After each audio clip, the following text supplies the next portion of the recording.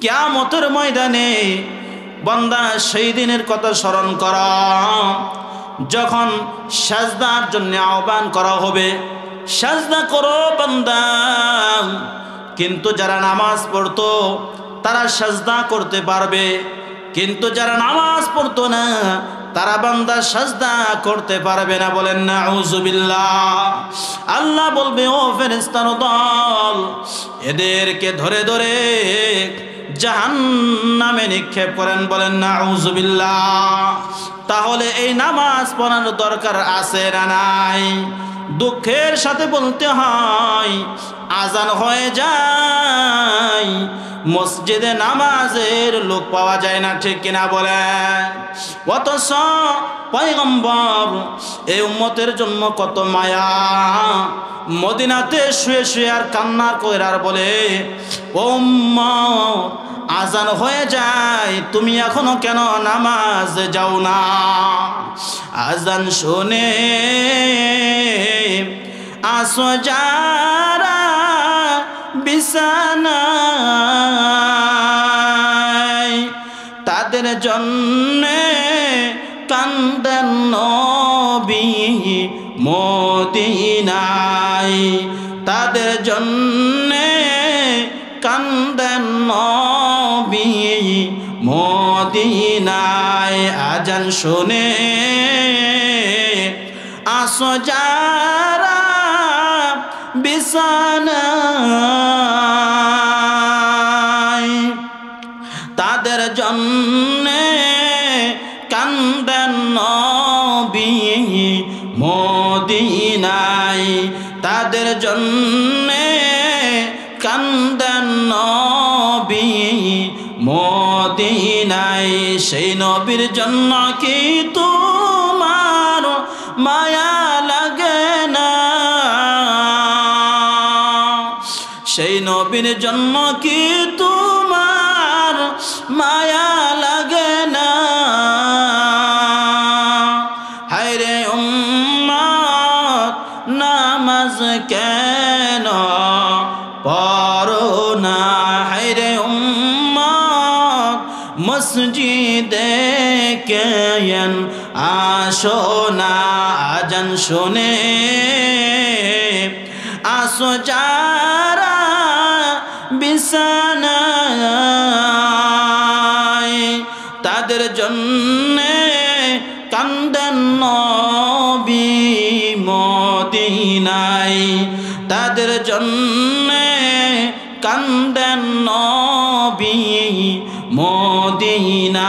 ভাইরা আমার, কোরআনে কারিম থেকে একটা আয়াতে কারিমা তিলাওয়াত করেছি। দুনিয়াতে মানুষ আমরা অনেক কাজে অনেক সময় আল্লাহর কাছে দোয়া করে থাকি, ঠিক কিনা বলেন? কিন্তু দেখা যায় কোনো কোনো দোয়া যদি আমাদের কবুল না হয় তাহলে আমরা বেজার হই। কিন্তু আসলে কিয়ামতের ময়দানে বান্দা দেখবে যে যতগুলো আল্লাহর কাছে চায়, যা কিছু চাইছে এর সব তার বদলা দুনিয়াতে না দিয়ে আখিরাতে দিয়েছে। সুবহানাল্লাহ। সেই সময় বান্দাবান্দি বলবে, আল্লাহ, যতটুকু চেয়েছিলাম এর থেকে যদি কিছু কিছু আপনি দুনিয়াতে দিয়েছেন, কিছুই যদি আপনি না দিয়ে আখিরাতে যদি আমাদের পরকালে এখন আমাদের সব কিছু দিতেন, এটাই আমাদের জন্য ভালো ছিল। কিন্তু আমরা দুনিয়াতে না পেলে কি হয়? বেজার হয়ে যায়। কিন্তু মুমিনের কোনো দোয়াই কি হবে না? বিফলে যাবে না। বলেন আলহামদুলিল্লাহ। ভাইরা আমার, মারইয়াম আলাইহিস সালাতু ওয়াস সালামের খালু জাকারিয়া আলাইহিস সালাতু ওয়াস সালাম, উনার শুরু থেকে আলোচনা করতে গেলে অনেক লম্বা হয়ে যাবে, ওই জায়গা থেকে আমি আসবো না। জাকারিয়া আলাইহিস সালাতু ওয়াস সালাম একদিন মারইয়াম আলাইহিস সালাতু ওয়াস সালামের কক্ষে দেখলেন আমের সিজন নয়, রুমের ভিতরে আম, কাঁঠালের সিজন নয়, রুমের ভিতরে কাঁঠাল, ফল ফলান দিতে ভরপুর। জাকারিয়া আলাইহিস সালাতু ওয়াস সালাম জিজ্ঞাসা করো, ও মারইয়াম, এই ফলগুলোর তো সিজন এখন নয়, তাহলে তুমি এই ফল কোথা থেকে পেলা? মারিয়াম আলাইহিস সালাম জবাব দিলেন, আমার আল্লাহ চাইলে ফল সব সময় আমাকে দিতে পারে। বলেন সুবহানাল্লাহ। জাকারিয়া আলাইহিস সালামের সন্তান নাই, বিদ্যা হয়ে গেছে। আল্লাহর কাছে বলতেছে, আল্লাহ আপনি মৌসুম সারা যদি ফল মারিয়ামকে দিতে পারেন, তাহলে কেন আমাকে একটা সন্তান দিতে পারবেন না? আল্লাহ আপনি আমাকে একটা সুন্দর সৎ নেককার একটা পুত্র সন্তান দান করেন। বলেন সুবহানাল্লাহ। আল্লাহ তাআলা হযরত জাকারিয়া আলাইহিস সালামের দোয়া কবুল করলেন। দোয়া কবুল করার পর আল্লাহ তাআলা ডাক দিয়ে বলো, জাকারিয়া শোনো, সুসংবাদ গ্রহণ করো। ইয়া জাকারিয়া ইন্না নুবাশশিরুকা বিগুলামিন ইসমুহু ইয়াহইয়া লাম নাজআল লাহু মিন ক্বাবলু সামিয়া। ও জাকারিয়া, তোমাকে আমি এমন একটা সৎ সন্তান পুত্র সন্তান দান করলাম যার নাম হবে ইয়াহইয়া। ও জাকারিয়া, ইতিপূর্বে আমি এ নামের কাউকে আমি দুনিয়াতে প্রেরণ করি নাই। বলেন সুবহানাল্লাহ। এ সন্তানের নাম হবে জাকারিয়া। ভাইরা আমার, আজ দুঃখের সাথে বলতে হয় বিদ্যা হয়ে যায়, অথচ পয়গম্বর তারা পেরেশানিও হয় নাই, চিন্তিত হয় নাই। কিন্তু আমার বাংলার মানুষ যদি ঘর সংসার করে 5-6 বছর হয়ে যায়, 10 বছর হয়ে যায়, মাজারে সন্তান চাইতে কিন্তু দ্বিধা করে না। ঠিক কিনা বলেন? ও বান্দা, মাজারে সন্তান চাওয়া যাবে না। সন্তান দেওয়ার মালিক কে বলেন? আর জোরে বলেন কে? সন্তান দেওয়ার মালিক হলো আল্লাহ। ছেলে দেওয়ার মালিক আল্লাহ, মেয়ে দেওয়ার মালিক আল্লাহ, সন্তান না দেওয়ার মালিক আল্লাহ। ঠিক কিনা বলেন?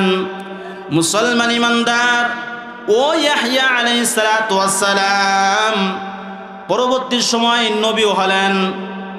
এই নবীকে আল্লাহ তাআলা এত বেশি মহব্বত করেন, নবীও আল্লাহ তাআলাকে এত বেশি মহব্বত করেন। ইয়াহইয়া আলাইহিস সালামের দিলের ভিতরে শুধু আল্লাহর প্রেম সবচেয়ে বেশি। এত প্রেম নবীর দিলের ভিতরে, ইয়াহইয়া নবী জীবনে বিবাহ শাদী করেন নাই। বলেন সুবহানাল্লাহ। আল্লাহর মহব্বত এত বেশি, যে কারণে পয়গম্বর জীবনে আল্লাহ তাআলা ব্যতীত তার দিলের ভিতরে অন্য কারো স্থান দেয় নাই। ওই নবীকে মহব্বত করে ডাক দে, বলো গো পয়গম্বর, আপনি যেহেতু আমাকে এত বেশি ভালোবাসেন, আপনি যেহেতু আমার এত পেয়ারা নবী, আপনাকে আমি বলে দিলাম, আপনাকে আমি আমার কাছে আরো পেয়ারা করতে চাই, আমাকে আমার সাথে আরো ভালো বন্ধুত্ব করতে চাই। ওগো পয়গম্বর, আমি আপনাকে 5টা নির্দেশ দিব, আপনি নিজে আমল করবেন, আপনার উম্মতদেরকেও এই আমলের কথা বলিয়া দেন, আপনার উম্মতকে এই আমলগুলো করার কথা বলে দেন, নির্দেশ দিয়ে দেন, আদেশ দিয়ে দেন। পয়গম্বর নির্দেশ পেয়ে বাইতুল মুকাদ্দাসে এসে ডাক দেয়া বলে, ও আমার উম্মত, তোমরা আসো। শত শত মুসল্লিদের সামনে লইয়া, হাজার হাজার বনী ইসরাঈলদেরকে সামনে লইয়া পয়গম্বর উম্মতদেরকে 5টি নির্দেশ দিয়ে দেয়। কেন জানেন? কারণ পয়গম্বর ইয়াহইয়া আলাইহিস সালাম আল্লাহর কাছে এত পেয়ারা হয়েছে। পয়গম্বর আল্লাহ ডাক দে বলে, ওগো পয়গম্বর, আপনিও যেমন পেয়ারা হয়েছেন, আপনার উম্মতদেরকেও বলে দেন এই 5টি কাজ যদি বান্দা বান্দি করতে পারে তারাও আমার এমন পেয়ারা হয়ে যাবে। বলেন সুবহানাল্লাহ। ও মুসলমান, ওই আল্লাহর পেয়ারা বান্দা হতে আমরা রাজি আছি না নাই? আল্লাহ তাআলা আমাদেরকে কবুল করুন, সকলে বলে আমিন। পয়গম্বরকে 1 নম্বর আদেশ দিলেন, ওগো পয়গম্বর, আপনি লাজুলমুন আযীম, খবরদার আপনি শিরিক করবেন না। শিরিক থেকে আল্লাহ তাআলা পয়গম্বর ইয়াহইয়া আলাইহিস সালাতু ওয়াস সালামকে আদেশ দিলেন, আপনি শিরিক করবেন না। আপনি শিরিকের ব্যাপারে আপনার উম্মতকে সতর্ক করে দেন, কেননা এ শিরিক যদি বান্দা করে তাহলে বান্দা যত আমল করুক না কেন সব আমলগুলো বরবাদ হয়ে যাবে। বলেন নাউযুবিল্লাহ। ভাইরা আমার, হাদিস শরীফে পয়গম্বর বলেন, কোরআনের ভিতরে যখন আয়াত নাজিল হয়ে গেলেন, আল্লাযীনা আমানু ওয়া লাম ইয়ালবিসু ঈমানাহুম বিযুলমিন উলাইকা লাহুমুল আমনু ওয়া হুম মুহতাদুন, যে যারা ঈমানের সাথে শিরিক মিশ্রিত করেছ, আল্লাহর সাথে অংশীদার সাব্যস্ত করেছ, তোমরা যারা জুলুম করেছ তারা তোমরা ক্ষতিগ্রস্তদের মধ্যে হয়ে যাবা, তোমরা হেদায়েত প্রাপ্ত থাকবা না। যখন আয়াত নাজিল হয়েছে সাহাবায়ে কেরাম টেনশনে পড়ে গেছে, সাহাবায়ে কেরাম চিন্তিতে পড়ে গেছে, হাই হাই, আমাদের ঈমানের সাথে তো আমরা জুলুম করেছি। আমার আপনার পয়গম্বর নবী মুহাম্মদুর রাসূলুল্লাহ সাল্লাল্লাহু আলাইহি সাল্লামের কাছে এ কথা যখন পৌঁছলেন, যে আয়াত নাজিল হওয়ার পর সাহাবায়ে কেরাম টেনশনে পড়ে গেছে, তখন আল্লাহর নবী ডাক দিয়ে বললেন, সাহাবায়ে কেরাম শোনো, তোমরা কি জানো না? পয়গম্বর বলে দেন, তোমরা কি জানো না লুকমান হাকিম তার সন্তানকে কি উপদেশ দিয়েছিলেন? ওয়াইয ক্বালা লুকমানু লিবনিহি ওয়া হুয়া ইয়াইযুহু ইয়া বুনাইয়া লা তুশরিক বিল্লাহ ইন্নাশ শিরকা লাযুলমুন আযীম। ও বান্দা, লুকমান হাকিম তার সন্তানকে উপদেশ দিতেছেন। এক পর্যায়ে বললেন, ওগো সন্তান শোনো, তুমি আল্লাহর সাথে কাউকে শিরিক করবে না, অংশীদার সাব্যস্ত করবে না, কারণ আল্লাহর সাথে অংশীদার করা, শিরিক করা, এটা বড় অপরাধ, লাযুলমুন আযীম। আল্লাহ তাআলা এই অপরাধ তোমারও ক্ষমা করবে না। বলেন সুবহানাল্লাহ। ভাইরা আমার, পয়গম্বর তার সন্তানকে যখন আল্লাহর সাথে মিলিয়ে দিলেন, আল্লাহর পরিচয় তার সন্তানকে দিয়ে দিলেন, আল্লাহ বড় খুশি হয়ে যায় আর ডাক দে বলে, ও লুকমান, তুমি আমার বান্দা, আমার সাথে তোমার সন্তানকে সম্পর্ক করে দিলা, আমার সাথে যাতে অংশীদার আর শিরিক না করে তুমি বলে দিলা। আমি খুশি হইয়া ওই সন্তানকে বলে দিলাম, এ দুনিয়ার সন্তানের দল, খবরদার, তোমরা মাতা পিতার সাথে খারাপ আচরণ করবা না। বলেন সুবহানাল্লাহ।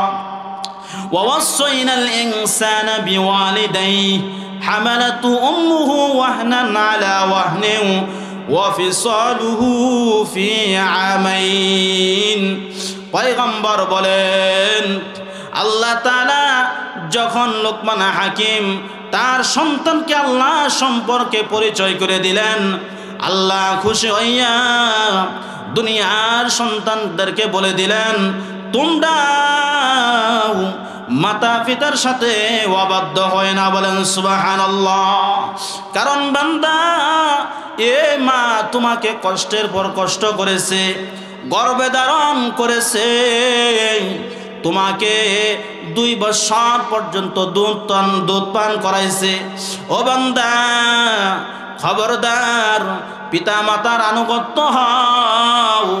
আল্লাহ তাআলা খুশি হয়ে সন্তানকে আদেশ করেছেন।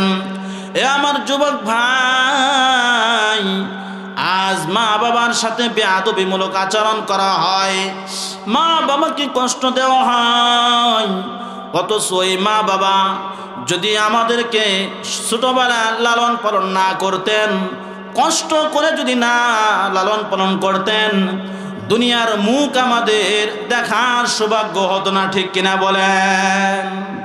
বন্ধুগণ, ও আমার যুবক, দুনিয়ার সমস্ত মানুষকে অসন্তুষ্ট করা যায়, পৃথিবীর জমিনে 2 জন মানুষকে অসন্তুষ্ট করা যায় না। একজন হলো মা, আরেকজন হলো বাবা, ঠিক কিনা বলেন? ওই মা ওই বাবার থেকে এ পৃথিবীর জমিনে আপনার কেউ নাই, ঠিক কিনা বলেন? বন্ধুগণ, ভাই আমাকে ভালোবাসে, ভাই আমার সাথে তার সম্পর্ক আছে, তার স্বার্থ হাসিলের জন্য আমাকে ভালোবাসে। বন্ধু বন্ধুকে ভালোবাসে, বন্ধুর সাথে ও বান্দা স্বার্থ আছে। দলের লিডার তার লিডারের দলকে ভালোবাসে, ও বান্দা কেন? তার স্বার্থ আছে।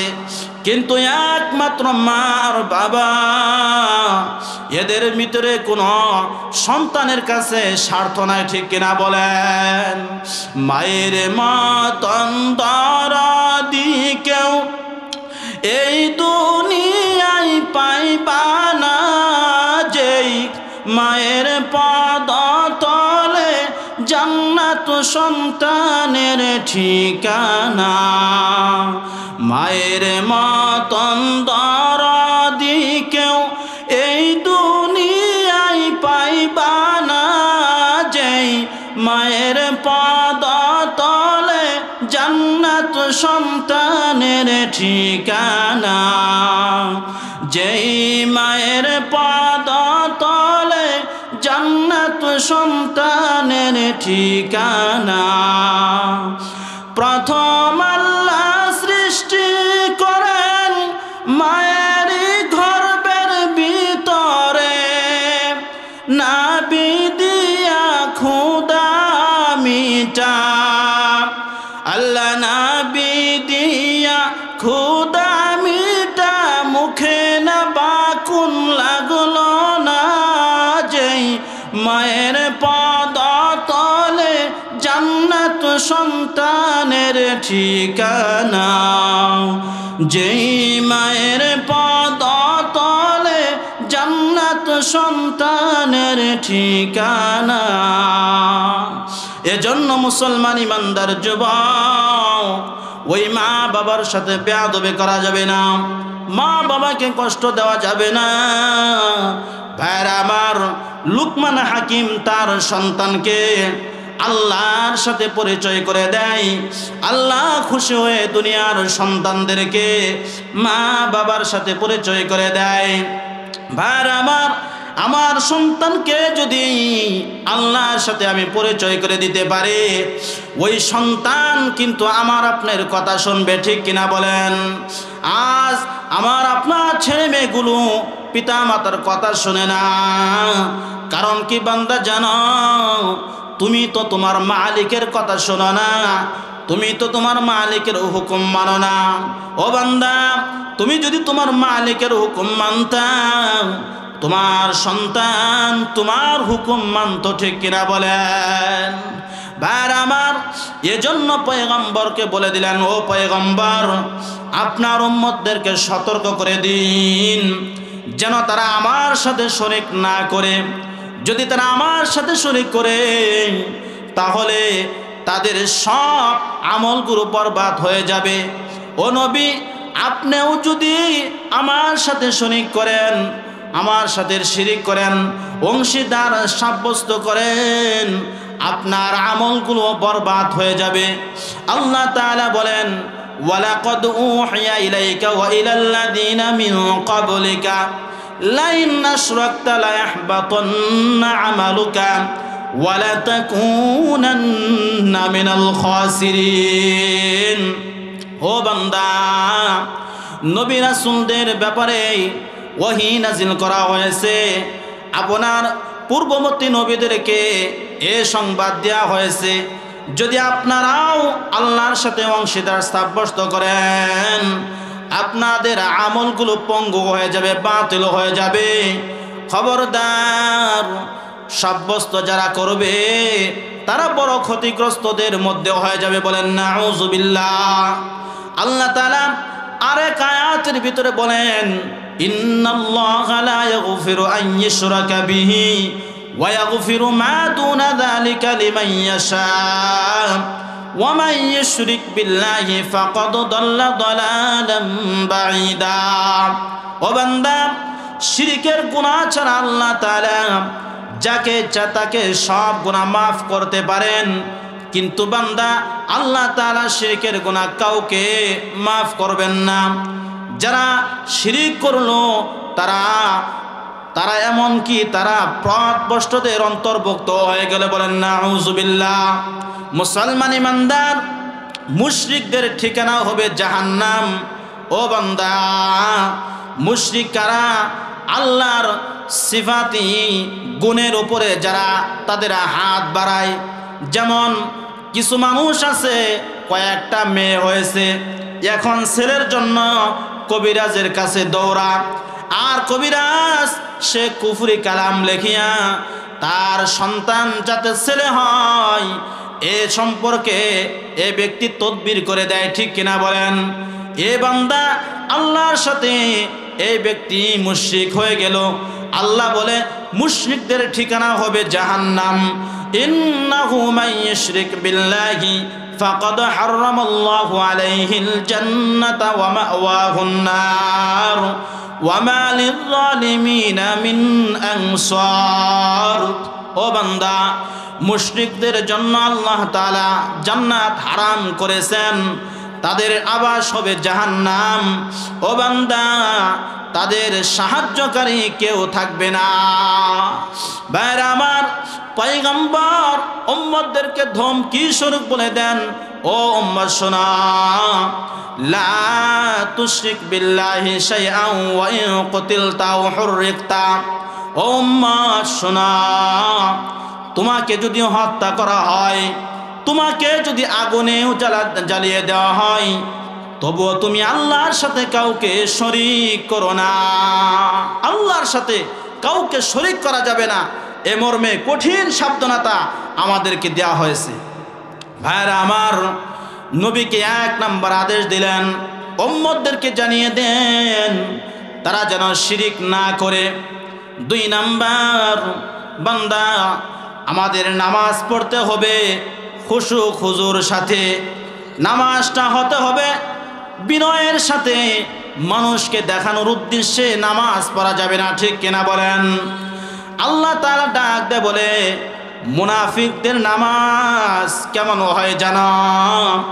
ওয়া ইযা কামু ইলাস সালাতি কামু কুসালা ইরাউনান নাস ওয়া লা ইয়াযকুরুনাল্লাহা ইল্লা কলিলা।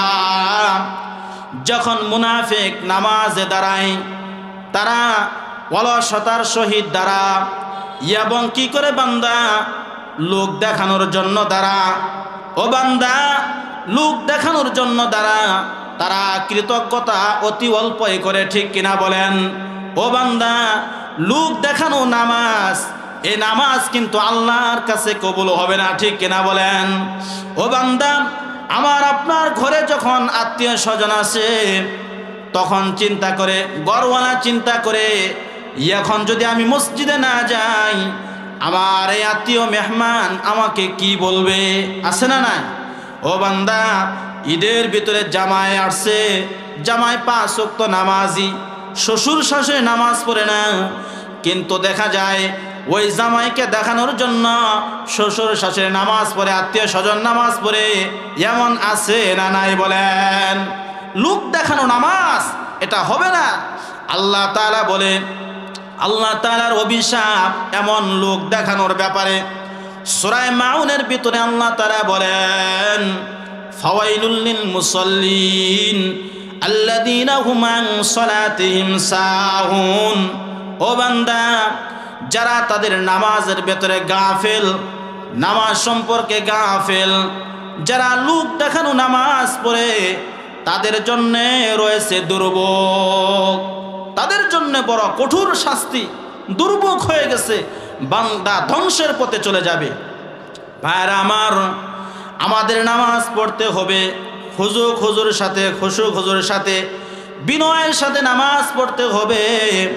বান্দা, বিনয়ের সাথে নামাজ পড়া কঠিন, কিন্তু কাদের জন্য কঠিন নয়? যারা নেককার আল্লাহর বান্দা। ওয়া ইন্নাহা লাকাবীরাতুন ইল্লা আলাল খাশিঈন। ও বান্দা, যারা নেককার বান্দা, তাদের জন্য এই বিনয় আর নম্রতার সহিত নামাজ পড়া তাদের জন্য কঠিন নয়, আর বাকিদের জন্য এই নামাজ পড়া কঠিন।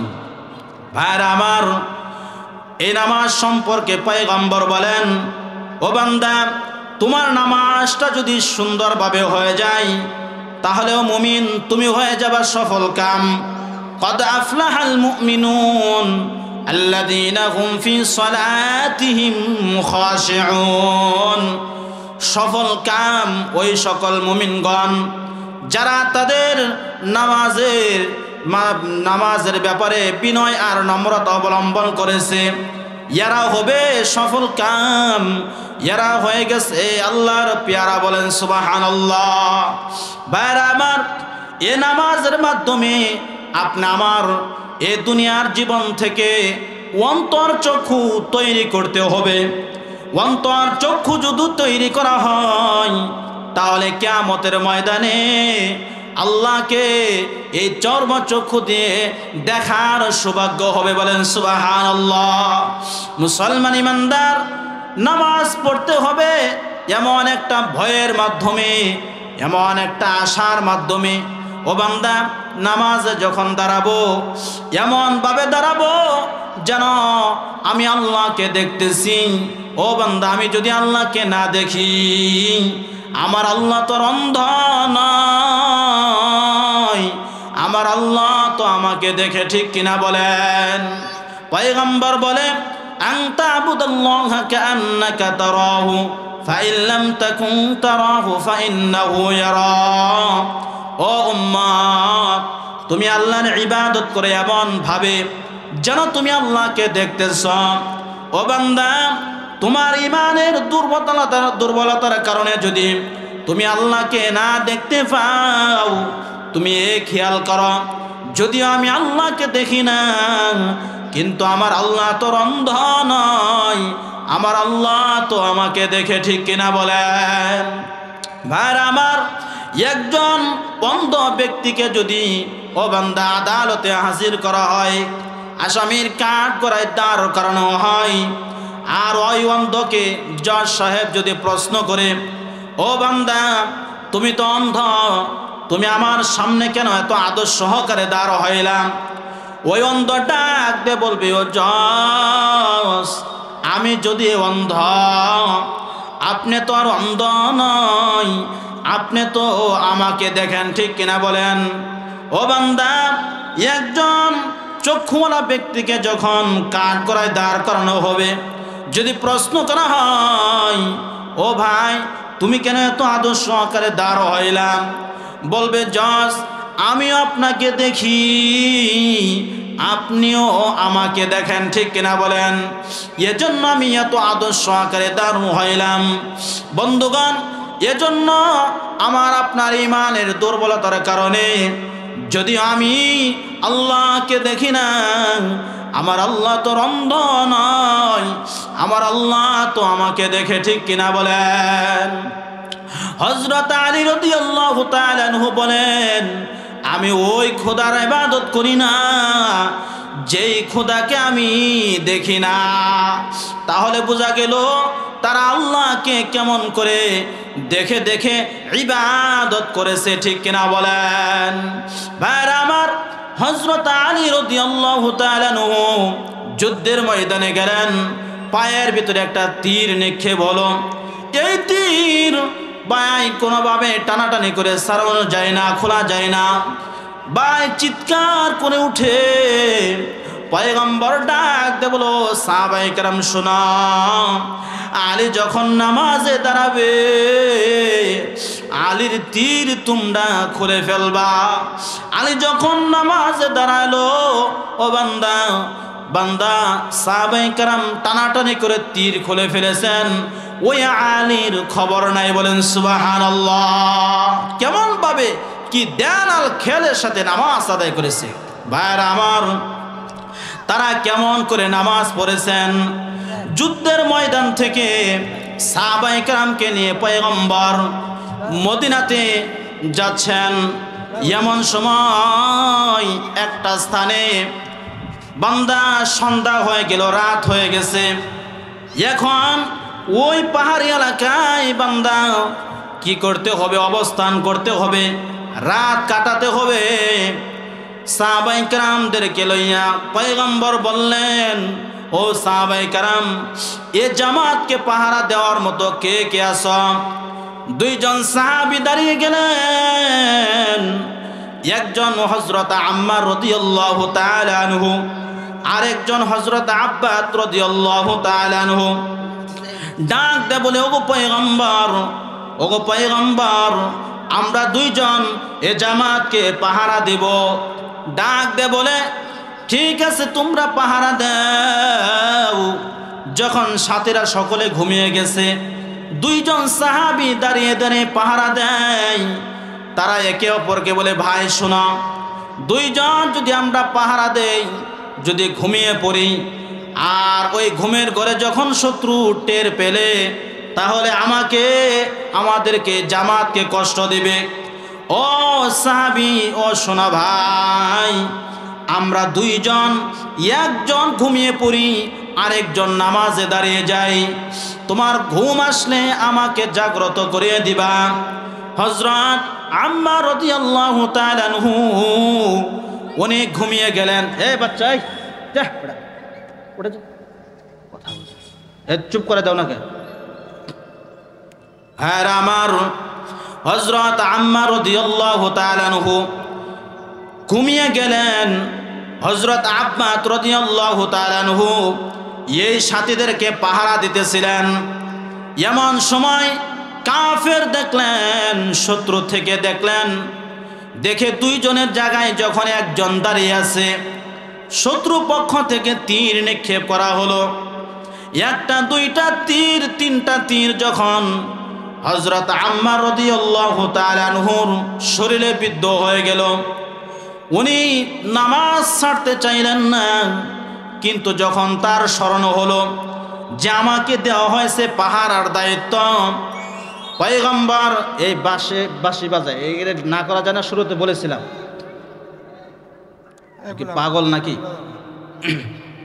ওই পাশে যে দেখেন, দায়িত্ব নাই কারো। ভাইরা আমার, সাহাবী যখন ঘুমিয়েছিলেন, তিনটা তীর নিক্ষেপ হয়, তার শরীর রক্তে রঞ্জিত হয়ে গেলেন। কিন্তু এত নামাজে মজা পাচ্ছিলেন, সাহাবী নামাজ ছাড়তে চাইলেন না। ডাক দে বলে, আব্বাস রাদিয়াল্লাহু তাআলা আনহুকে যখন সজাগ করা হলো, ডাক দে বলে, আপনাকে একে একে তিনটা তীর নিক্ষেপ করলেন, আপনি কেন আমাকে আগে জাগালেন না? প্রথম তীর নিক্ষেপ করার পর আপনি কেন আমাকে সজাগ করলেন না? হযরত আম্মার রাদিয়াল্লাহু তাআলা আনহু বলে, ভাই শোনো, নামাজের ভিতরে আমি সূরা কাহফ তিলাওয়াত করতেছিলাম, এত মজা পাইতেছিলাম, এই নামাজ আমি ছাড়তে চাচ্ছিলাম না। ও আব্বাস ভাই, যদি আমার উপরে আজকে পাহারার দায়িত্ব না থাকতো, তাহলে আমি শহীদ হয়ে যাইতাম, তবু আমি নামাজ ছাড়তাম না। বলেন সুবহানাল্লাহ। এমন নামাজের ভিতরে তারা মজা পেয়েছে। এজন্য ভাইরা আমার, এ দুনিয়াতে যারা সাজদা করবে, এ দুনিয়াতে যারা রুকু করবে, তারা কিয়ামতের ময়দানে আল্লাহ তাআলার কাছে ছাড় পেয়ে যাবে, নাজাত পেয়ে যাবে। আর যদি এ দুনিয়াতে সাজদা না করো বান্দা, কিয়ামতের ময়দানে ধরা পড়ে যাবে। আল্লাহ তাআলা বলেন, ইয়াউমা ইউকশাফু আন সাকিন ওয়া ইউদআউনা ইলা সুজুদি ওয়া হুম সালিমুন ফাযারনি ওয়া মান ইউকাযযিবু বিহাযাল হাদীস সানাস্তাজরিজুহুম মিন হাইসু লা ইয়ালামুন। কিয়ামতের ময়দানে বান্দা সেই দিনের কথা স্মরণ করা, যখন সাজদার জন্য আহ্বান করা হবে, সাজদা করো বান্দা। কিন্তু যারা নামাজ পড়তো তারা সাজদা করতে পারবে, কিন্তু যারা নামাজ পড়তো না তারা বান্দা সাজদা করতে পারবে না। বলেন নাউযুবিল্লাহ। আল্লাহ বলবে, ও ফেরেশতার দল, এদেরকে ধরে ধরে জাহান্নামে নিক্ষেপ করেন। বলেন নাউযুবিল্লাহ। তাহলে এই নামাজ পড়ার দরকার আছে না নাই? দুঃখের সাথে বলতে হয়, আজান হয়ে যায়, মসজিদে নামাজের লোক পাওয়া যায় না, ঠিক কিনা বলেন? অথচ পয়গম্বর এই উম্মতের জন্য কত মায়া, মদিনাতে শুয়ে শুয়ে আর কান্নার কইরার বলে, ও উম্মত, আজান হয়ে যায়, তুমি এখনো কেন নামাজ যাও না? আজান শুনে আসো যারা বিছানায়, তাদের জন্যে কান্দেন নবী মদিনায়, তাদের জন্যে কান্দেন নবী মদিনায়। আজান শুনে আসো যারা বিছানায়, তাদের জন্যে কান্দেন নবী মদিনায়, তাদের জন্যে কান্দেন নবী মদিনায়। সেই নবীর জন্য কি তোমার মায়া লাগে না? সেই নবীর জন্য কি তোমার মায়া লাগে না? হায়রে উম্মত, নামাজ কেন পড়ো না? হায়রে উম্মত, মসজিদে কেন আসো না? আজান শুনে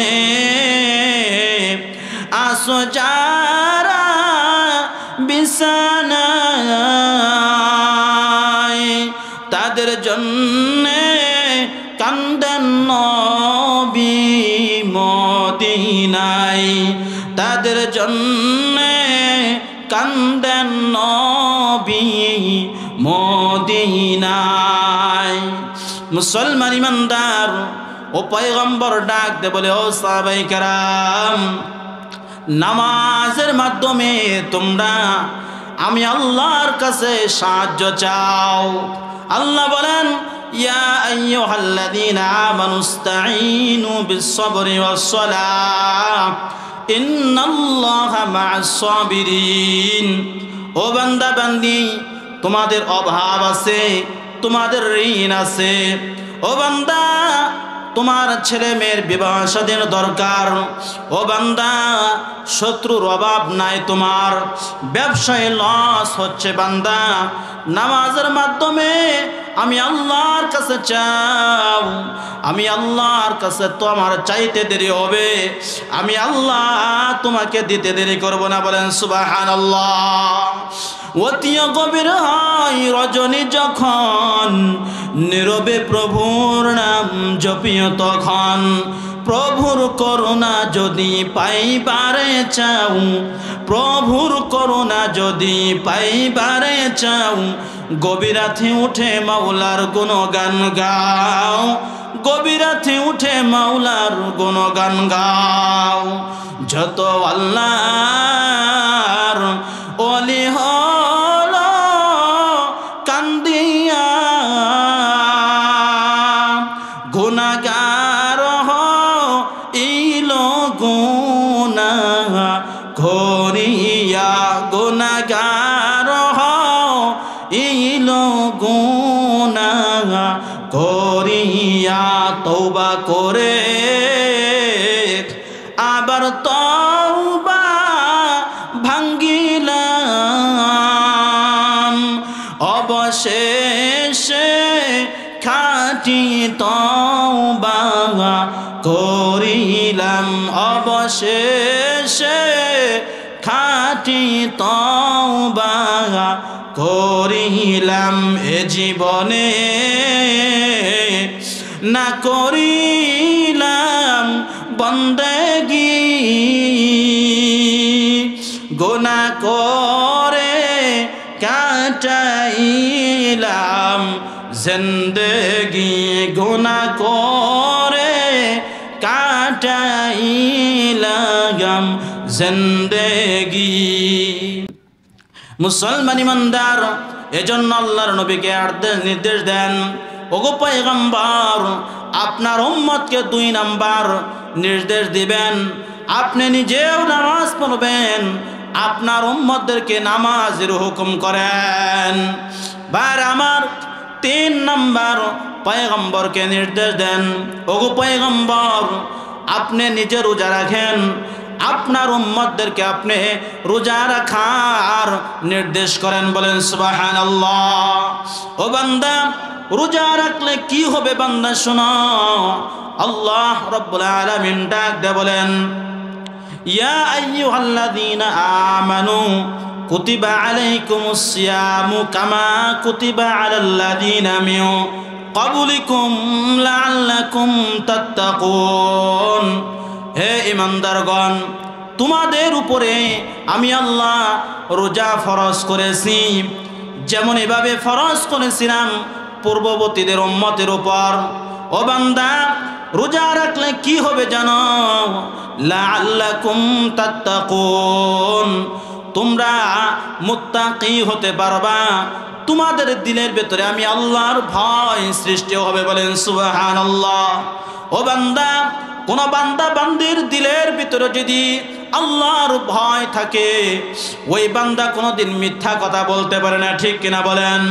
কোন বান্দা বান্দির ভিতরে যদি আল্লাহর ভয় থাকে, ওই বান্দা মানুষের হক নষ্ট করতে পারে না।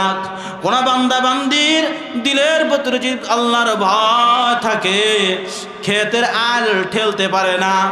ও বান্দা মানুষের সাথে জুলুম করতে পারে না।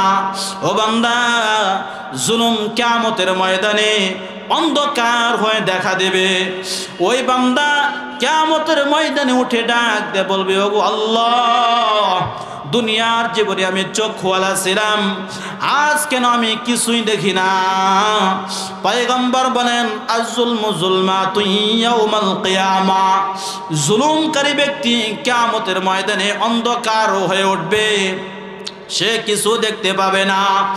আল্লাহ বলবে, বান্দা মানুষের সাথে তুমি জুলুম করেছ, তোমার ছেলে মেয়ের সাথে তুমি জুলুম করেছ, স্ত্রীর হক আদায় করো নাই, পিতা মাতার হক তুমি আদায় করো নাই, জনগণের হক তুমি আদায় করো নাই, মানুষের কাছে ঠকায় খাইতে তুমি দ্বিধা করো নাই, ঠকায় খেয়ে মানুষকে জুলুম করেছ। ও বান্দা মানুষকে কষ্টের মাধ্যমে জুলুম করেছ। এসব কিছু যদি বান্দা ভালো হতে চাও, তাহলে বান্দার ভিতরে যেই মেডিসিন থাকতে হবে তার নাম হলো তাকওয়া। বলেন সুবহানাল্লাহ। আর এই তাকওয়া অর্জন হবে 1 নাম্বার বান্দা রোজার মাধ্যমে। বলেন সুবহানাল্লাহ। ও বান্দা এ রোজা রেখে বান্দা সারা দিন পার করে দেয়, কিন্তু বান্দা ও বান্দা এক ডুব পানিও খায় না, ঠিক কিনা বলেন? কেন খাই না? বান্দার ভিতরে আল্লাহর ভয় আছে, ঠিক কিনা বলেন? বান্দার ভিতরে কি আছে? আল্লাহর ভয় আছে। নতুবা বান্দা যদি ঘরের দরজা জরদা বন্ধ করে পানি খায়, কেউ কিন্তু দেখবে না। পুকুরের ভিতরে ডুব দিয়ে যদি পানি খায়, বান্দা কেউ দেখবে না। ও বান্দা নদীর ভিতরে যদি পানি খায় ডুব দিয়ে, কেউ দেখবে না। কিন্তু কেন খাই না? একমাত্র আমি আল্লাহ ভয়ের কারণে খাই না, ঠিক কিনা বলেন? আল্লাহর ভয় বান্দার ভিতরে সৃষ্টি হয়ে যায়, তখন বান্দা গুনাহ করতে পারে না। আল্লাহ বলে, বান্দা যদি তুমি রমজানে রোজা রাখতে পারো, তুমি যদি রোজা রাখতে পারো, তাহলে এই তাকওয়া তোমার ভিতরে থাকবে, আর তাকওয়ার মাধ্যমে তুমি মুত্তাকি হবা। আর আমি আল্লাহ মুত্তাকি বান্দা বান্দীদের জন্য জান্নাত রেখেছি, বলেন সুবহানাল্লাহ। মুত্তাকি বান্দার জন্য জান্নাত রেখেছি। ভাইরা আমার, এক নাম্বার তাকওয়া অর্জন হবে রোজার মাধ্যমে। আরেকটা মাধ্যম আছে, আরেকটা স্থান আছে। ওই মজলিসে যদি বান্দা যাও, তাহলে বান্দা তোমার ভিতরে তাকওয়া অর্জন হবে। কোন বান্দা জানা? কোন স্থান? আল্লাহ বলে, কুনু মা'আস সাদিকিন। ও বান্দা, তুমি সাদিকিন বান্দাদের সাথে হয়ে যাও, সাদিকিনদের বন্ধুদের সাথে হয়ে যাও, আল্লাহ ওয়ালাদের সাথে সম্পর্ক গড়ে দাও। কারণ আল্লাহ ওয়ালা হয়েছে এমনি হয় নাই, তাদের দিলের ভিতরে ভয়ের কারণে তো আল্লাহ ওয়ালা হয়েছে, ঠিক কিনা বলেন? ওই আল্লাহ ওয়ালা যদি বান্দা হতে পারো, ওই আল্লাহ ওয়ালাদের মজলিসে যদি তুমি যেতে পারো, তাহলে বান্দা তুমি আল্লাহর ভয় তোমার ভিতরে থাকবে, তাকওয়া তোমার অর্জন হয়ে যাবে, বলেন সুবহানাল্লাহ। ভাইরা আমার, 2 মিনিটের ভিতরে শেষ করে দেব, গভীর মনোযোগ। পয়গম্বর ও বান্দা 3 নাম্বার নির্দেশ দিলেন, রমজানে রোজা রাখার কথা বললেন। 4 নাম্বার বান্দা বলে, তোমাকে যেই সম্পদ আল্লাহ দিয়েছে, ওই সম্পদ আল্লাহ রাস্তায় ব্যয় করতে হবে, ঠিক কিনা বলেন? আল্লাহ রাস্তায় সম্পদ ব্যয় করতে হবে। বন্ধুগণ, পয়গম্বর একজন স্ত্রী ছিলেন, উম্মে সালামা রাদিয়াল্লাহু তাআলা আনহা। ওনার কাছে কিছু গোশত আসলেন হাদিয়া, উনি ঘরের তাকের উপরে রেখে দিলেন। এরপরে একটা ফকির আসলো, এসে বলে, আমাকে কিছু দাও। আয় ভিতর থেকে আওয়াজ আসে, আল্লাহ তোমাকে বরকত দেখ। তার মানে হলো ঘরে কিছু নাই, তোমাকে দিতে পারলাম না। ফকির চলে গেলেন, পয়গম্বর ঘরে আসলেন, ডাক দে বলে, খাবার কিছু আছে কি? বলে, হ্যাঁ গোশত আছে। যখন গোশতে নিয়ে আসতে যাই, দেখে ওই গোশতের ভিতরে, ওই পেয়ালার ভিতরে একটা সাদা পাথর হয়ে আছে। তার মানে হলো ফকিরকে দেয় নাই, আল্লাহ রাস্তায় দেয় নাই। আর না গড় রেখে যে ব্যক্তি না দিবে, সেটা পাথর হয়ে যাবে। আমার আপনার কাছে পাথর হয় না, কিন্তু মূলত আমরা আল্লাহ রাস্তায় না দিয়ে ওই পাথরকে আমরা বক্ষণ করি, যে কারণে আমাদের অন্তর শক্ত হয়ে যায়, আমাদের দিল শক্ত হয়ে যায়। কবর হাসরের কথা আমাদের বললেও আমাদের চোখে কোনো পানি আসে না। ভাইরা আমার, 5 নাম্বার হলো আল্লাহর পয়গম্বরকে নির্দেশ দেন, ও পয়গম্বর আপনি বেশি বেশি পরিমাণ জিকির করবেন। কি করবেন? জিকির করবেন। জিকিরের নির্দেশ আল্লাহ তাআলা বলেন, ইয়া আইয়ুহাল্লাযীনা আমানু যকুরুল্লাহা যিকরান কাসীরা ওয়াসাব্বিহুহু বুকরাতান ওয়া আসীলা। ও বান্দা, বেশি বেশি পরিমাণ আমার জিকির করো মুমিনগণ, বিশেষ করে সকাল সন্ধ্যা আমার তাসবিহ পাঠ করো। ভাইরা আমার, খেয়াল রাখতে হবে, আমি আপনি জবান দিয়ে যা কিছু বলি না কেন, সব কিছু ফেরেশতারা রেকর্ড করে রাখে। কোরআনের ভিতরে বলেন, মা ইয়ালফিজু মিন কাওলিন ইল্লা লাদাইহি রাকীবুন আতীদ। আমি আপনার জবান থেকে যা কিছু বের করি সব কিছু আমার আপনার রেকর্ড হয়ে যায়, যা কিছু বলি সব রেকর্ড হয়ে যায়। বন্ধুগণ, জান্নাতীরা জান্নাতের ভিতরে যাবে, নামাজের জন্য এত আফসোস করবে না, দানের জন্য এত আফসোস করবে না, হজ না করার জন্য এত আফসোস করবে না। যত আফসোস করবে দেখবে বান্দা একবার সুবহানাল্লাহর বলার বিনিময়ে কত নিয়ামত আমাকে আল্লাহ দিয়েছে, একবার আলহামদুলিল্লাহ বলার বিনিময়ে আল্লাহ আমাকে কত নিয়ামত দান করেছে। ওই বান্দা তাসবিহ আর জিকির না করার কারণে এত বেশি আফসোস করবে, অন্যান্য আমলের জন্য এত বেশি আফসোস করবে না। ওই বান্দা জিকিরের বান্দা ফজিলত দেখে, নিয়ামত দেখে আল্লাহর কাছে আফসোস করবে, হায় রে, দুনিয়াতে বেহুদা কথা না বলে যদি আমি আল্লাহ তাসবিহগুলো আরো বেশি জপতাম, আমার নিয়ামত আরো বেশি হয়ে যাইতো।